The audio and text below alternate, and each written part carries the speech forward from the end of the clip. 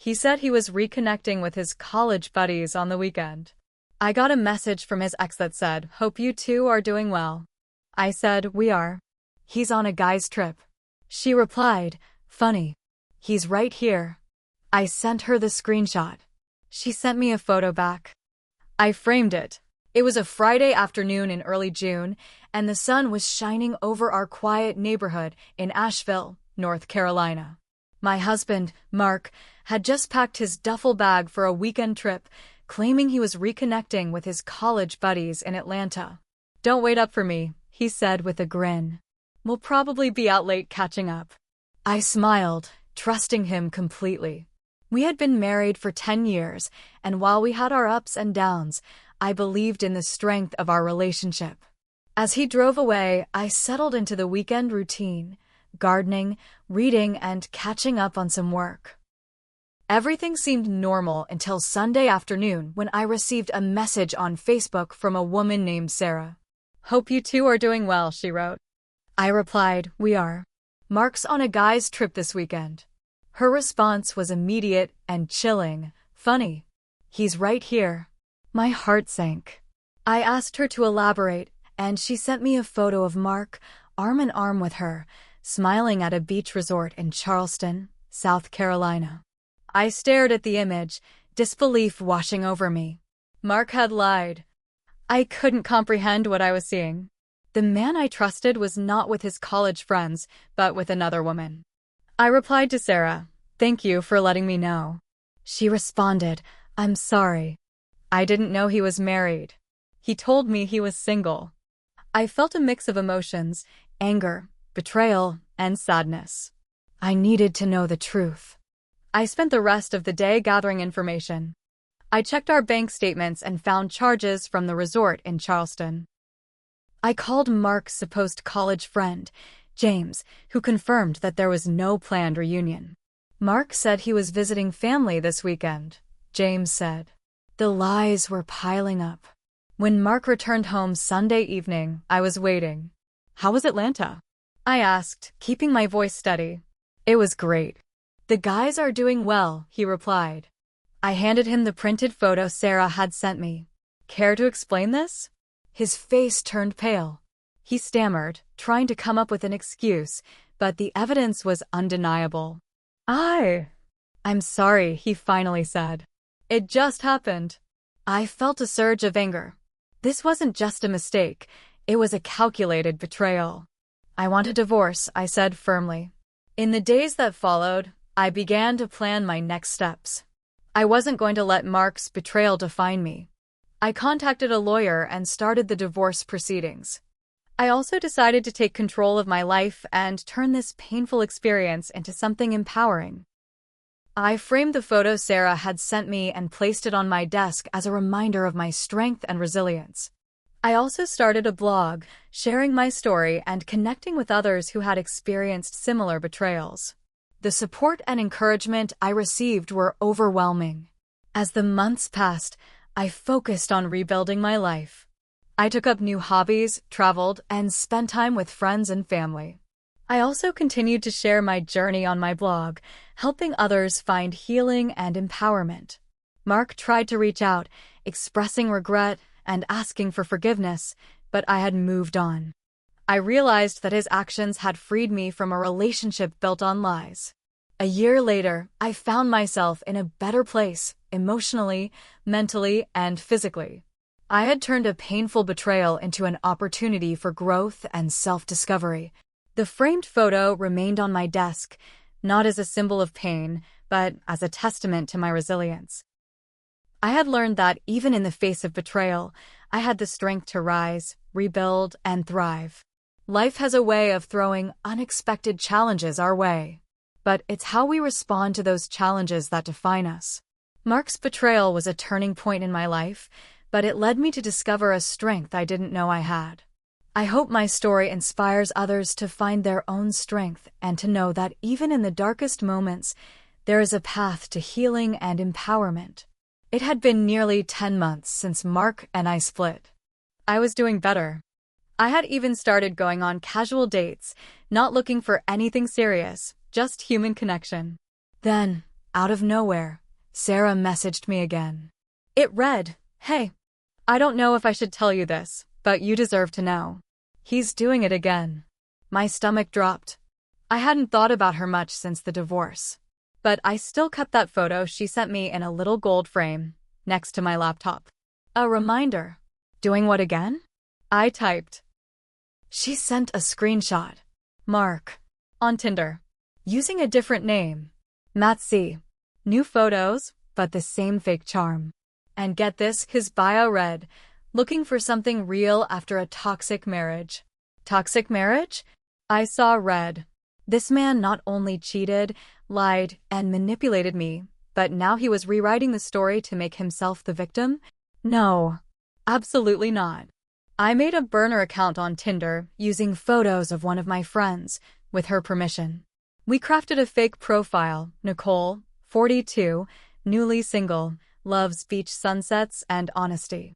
Sure enough, Matt matched within 24 hours. He messaged immediately, "You're gorgeous." I feel like I've finally met someone normal. I wanted to throw up. I played along, got him talking. He told Nicole that his wife had emotionally neglected him and cheated on him first. That he was recovering from a hard time. Every sentence was a lie. I screenshotted everything. Then I created a little online dossier. A web page. Simple and clean. Just the facts. Screenshots. Dates. Proof of the affair. Proof of the lies.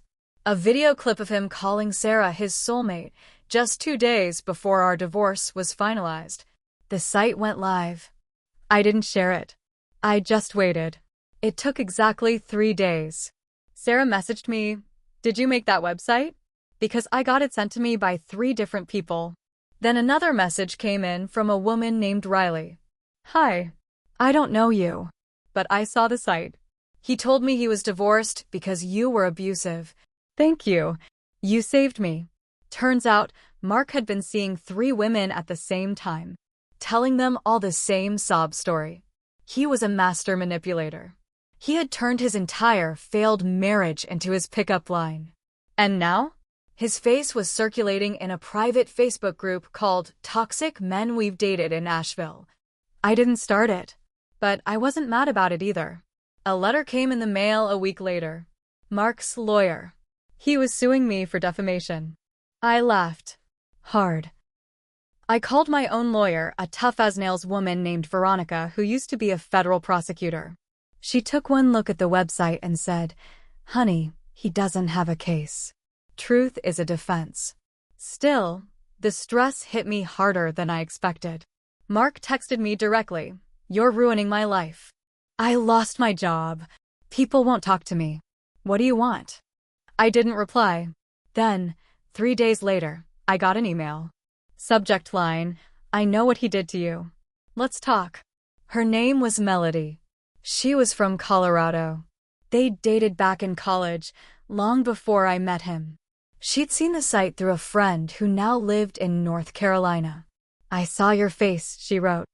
"I recognized the same look I used to have. Haunted. Tired.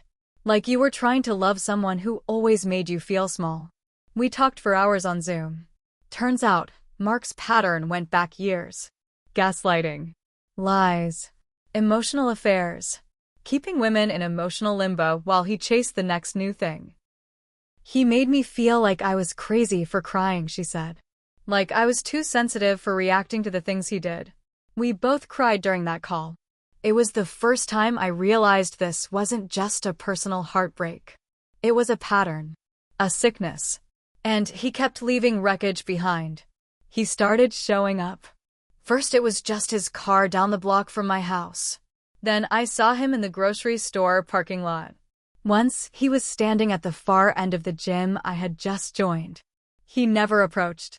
Just watched. I started sleeping with pepper spray next to my bed. I filed a police report. They said they couldn't do much unless he actually threatened me. But one night, I came home and found a little cardboard box at my doorstep. Inside was the framed photo, the one I had kept now cracked, with the glass shattered. No note. Just the photo, face down. I called Sarah. I called Melody. We got on a Zoom call. Then added Riley. Then 2 more women. We formed a group. Not just a vent, but act. We began collecting stories, emails, texts, voice memos. We organized a timeline: who he dated, when, what he said. Everything. We took it all to a private investigator. Then we took it to a podcast. 3 months later, The Mask of Mark hit Spotify. 10 episodes. Each one featuring one of us. Raw. Honest. No last names. Just truth. It exploded. And then, just as I thought it couldn't get any messier, I got a message from someone I never expected. His mother. Her message was short. I listened to the podcast. I'm so sorry. Can we talk? Her name was Diane, and I had only met her 3 times during my 10-year marriage. She always seemed distant, like she was walking on eggshells around Mark. I thought it was just their family dynamic. We agreed to meet at a little diner just off Hendersonville Road. She sat across from me, nervously stirring her tea. I wasn't a great mom, she said, eyes down. But Mark wasn't born this way. He learned it from his father. She went on to tell me stories I never imagined.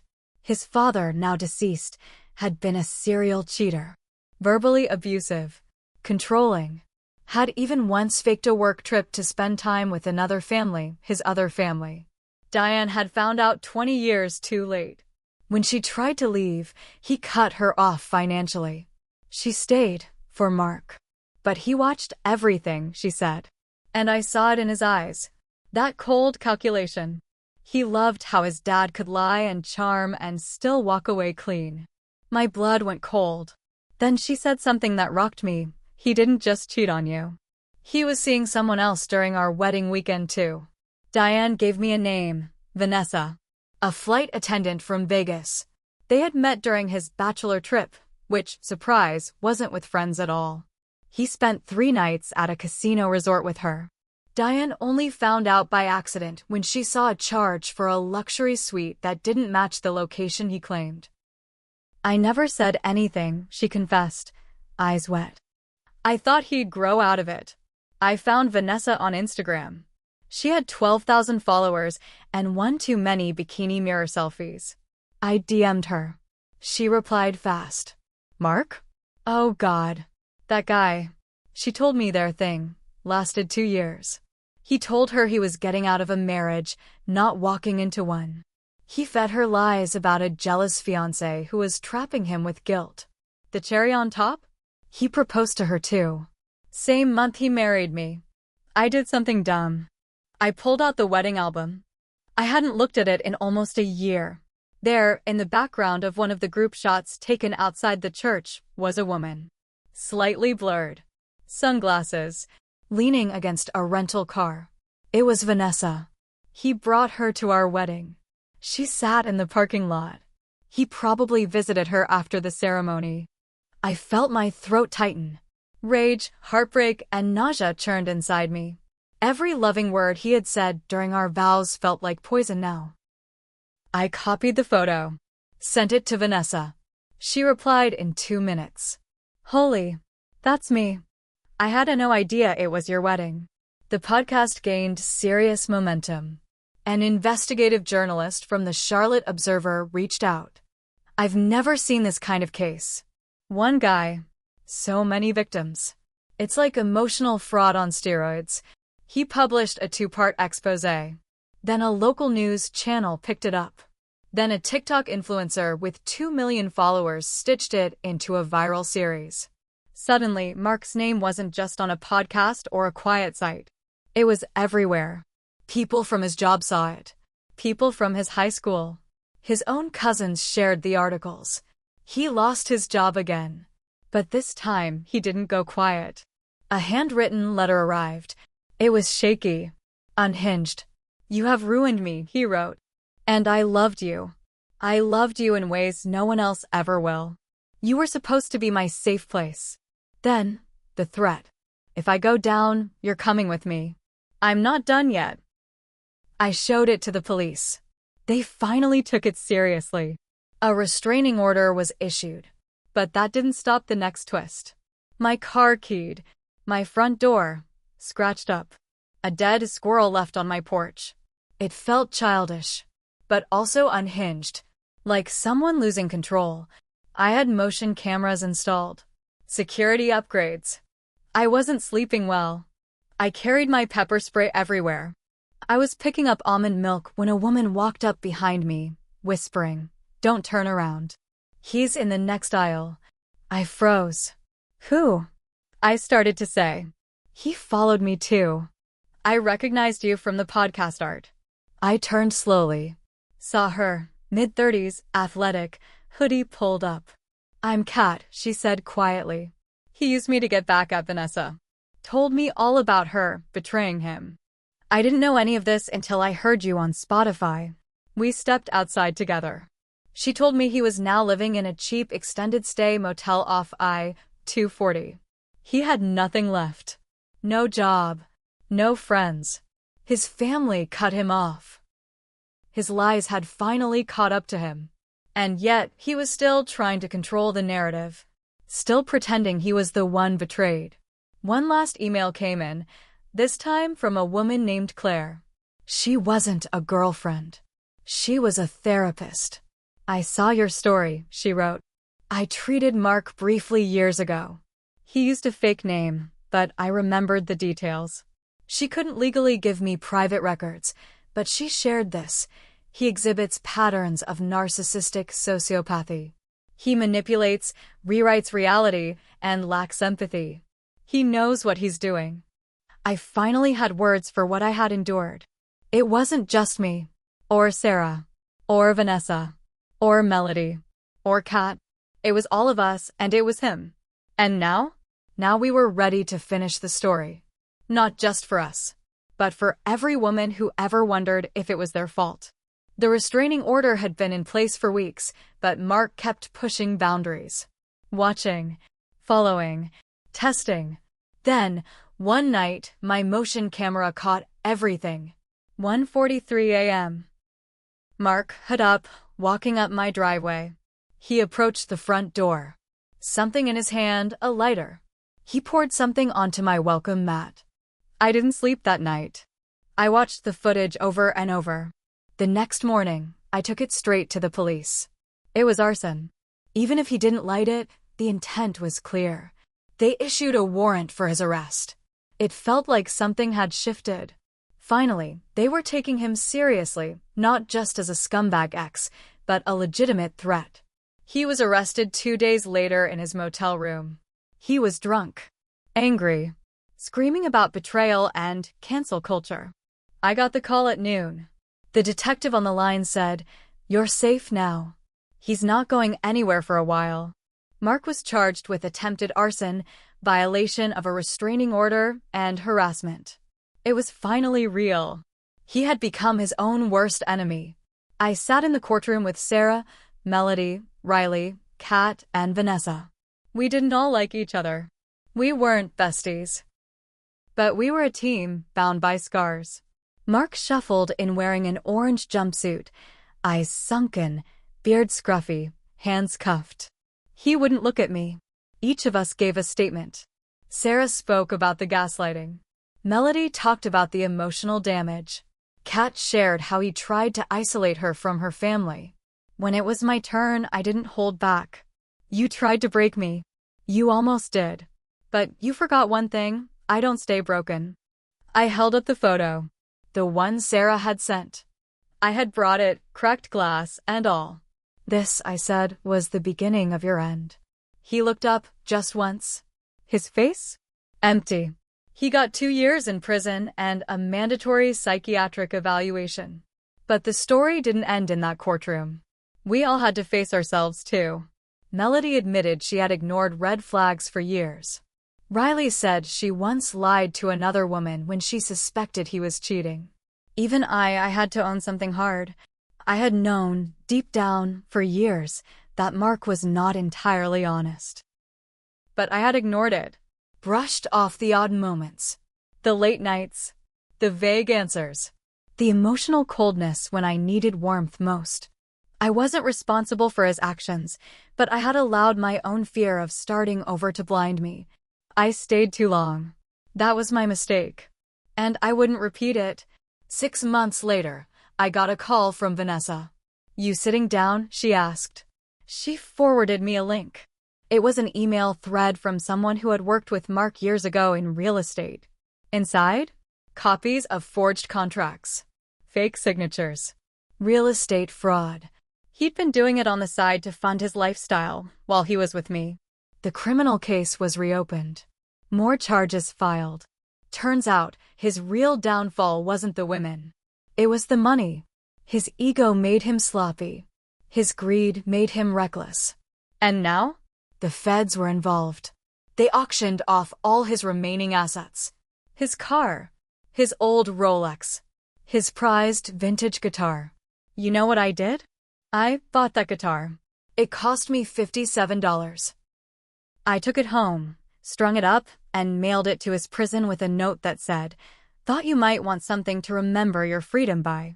Your favorite toxic ex-wife." I don't know if he got it. I don't care. The day his sentence was extended, now totaling 6 years, I hosted a dinner. Me, Sarah, Riley, Kat, Melody, and Vanessa. We toasted to the chaos, the healing, the power of truth. And as we sat around the table, I pointed to the wall. There it was. The photo. Still framed. Still cracked. Still smiling at me with his arm around another woman. I smiled back. Not because I missed him, but because that photo was the beginning of a fire. And I had become the match.